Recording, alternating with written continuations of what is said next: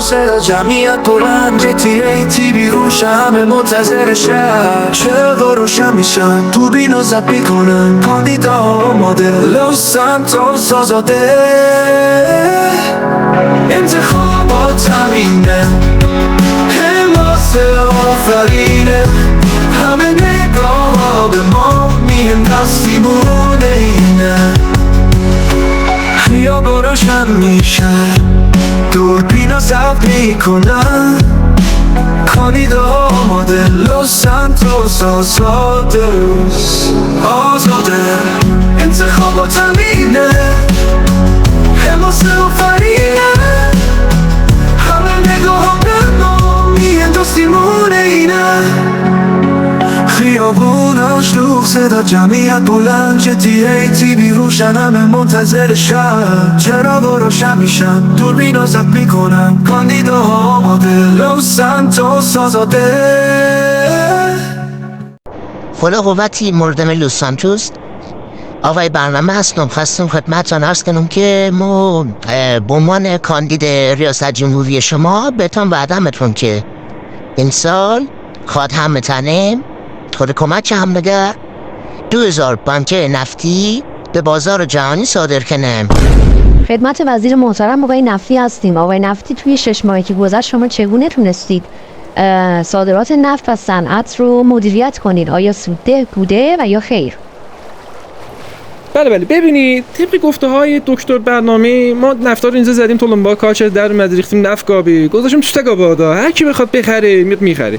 نخواست بخره بیخت سال خودش لات میکنه به ما ربطی نداره ولی ما فقط نمیتونیم رو این بسنده جونیم شه پس چیکار میکنیم تولیدات غیر نفتی مثلا تو گلوگیاه نشد بنگ و رنج و این داستان دیگه شما با این زوزه کارت نباشه حالا ما تولید میکنیم اینجا پوست تولید میکنیم پوست‌های استنشاقی شوینده هستن تولیدات اینجا هم نباشید به امید خدا تحریم ها برداشته نشوند هم اقتصاد مقاومتی داریم هیچ مشکلی پیش نمیاد مردم راحت باشن خیلی خیلی خیلی خیلی خیلی خیلی گشنج بریم جلو یارانه مردم میریم 35500 تومان الان میشه باش پنتاوس خرید این داستانه یه لحظه ببخشید از دوشنبه تیستا بازده اون چیز آره نریز مردک اون چیزا کوکائین مغز تو در خدمت آقا رضا هستیم یکی از دوستان آقای نفتی که ادعا داشتن از کود سفید رنگی که آقای نفتی بهشون داده بود استفاده کردن و حالشون مثل اینکه خوبه و دوستانشون هم همونطور. آقا رضا شما آقا رضا جان دوباره رسیدیم خدمت آقای برنامه رئیس جمهور وقتی کشور که از ایشون بپرسیم آیا برای مهاجرت نکردن دانشجوها به کشورهای غربی که از اون با فرار مغزها یاد میشه برنامه‌ای دارن یا خیر؟ خب خواهرجون بهش من بگم بابای برنامه خب چون من برنامه دارم اگرم برنامه نداشتم برنامه کن بودم یه بهت میگم بین خودمان بمانه که برنامه کنم هست من برنامه رو میگم ولی شما خیلی عجوبه بین خودمان بمانم به کسی مگم بذارین انجام بشه بعد حالا نگاه ما دانشجو رو اگر که این مقدار ازش شزم بگیریم به عنوان مسیده هنوزم داریم میگیریم ما همین الان هم داریم میگیریم چندین سال هم از داریم میگیریم ولی خب ما برنامه ما اینه که بیشتر بگیریم که دانشجو بمانن نرن شما در دبه توشی رو که وا بگنین که خب سرکش میپرده شما باید در محکم بگیری که هیچ کی از اونجا نتونه بپره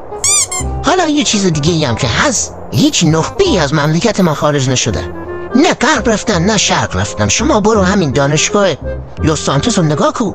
برو دانشگاه لوس سانتوس یه سرباز برو مصاحبه کو 2 قدم راه ده این بچه‌ها همشون طرفدار ما BNTM کاندیدایی همشون خیلی هوای ما رو داشتن خیلی دوستشان داشتم هنوزم دارم هنوزم هواشون رو دارم هنوزم بهشان هوا میرسانم ای باد میرمشان هی مثلا پف میکنم که هواشون رو داشته باشم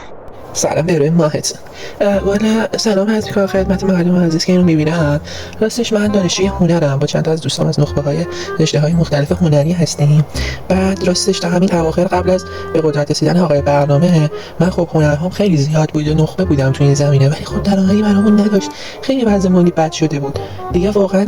ما فقط میرفتیم زیر پل مثلا زیر پل ستارخان و اینا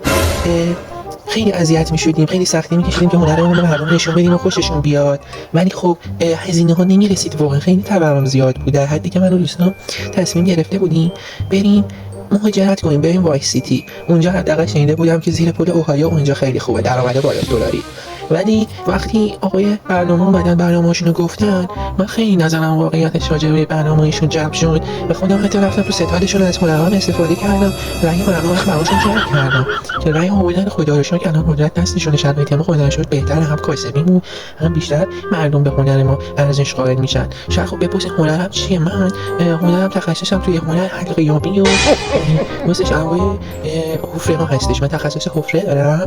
مثلا دوستای دیگه هم هستن که حرکات قشنگ نمایشی انجام میدم که بعضن انرژی های خیلی منفی رو دفع میکنه. مثلا یه دوستی دارم تو همین محل، ایشون هم با من همیشه از نخبه هنری حرکاتی که انجام میده میتونه انرژی های منفی رو دفع کنه. ایشون تو ستاد آقای برنامه خیلی از این حرکات رو انجام دادن که هم انرژی منفی دفع بشه، هم مردم جذبشون بشن. اون سیامک فکر کنم همین دوربر باشه، چرخ بزنید بتونید پیداش کنید. خیلی کارش درسته به خدا. شما هم چه قیافه کیوتی داره قربونتم. نیستی که به حرفم ولی گوش کردین مردم. من خب جوونم هنرجو هم دیگه، هنرم خیلی خوبه، از بچگی همین جوری بزرگ شدم. الانم دستتون درد نکنه که به حرفم گوش دادین. قربونتون برم. من فعلا خدافظ. آقا رضا انی میشن تو دنیای GTA،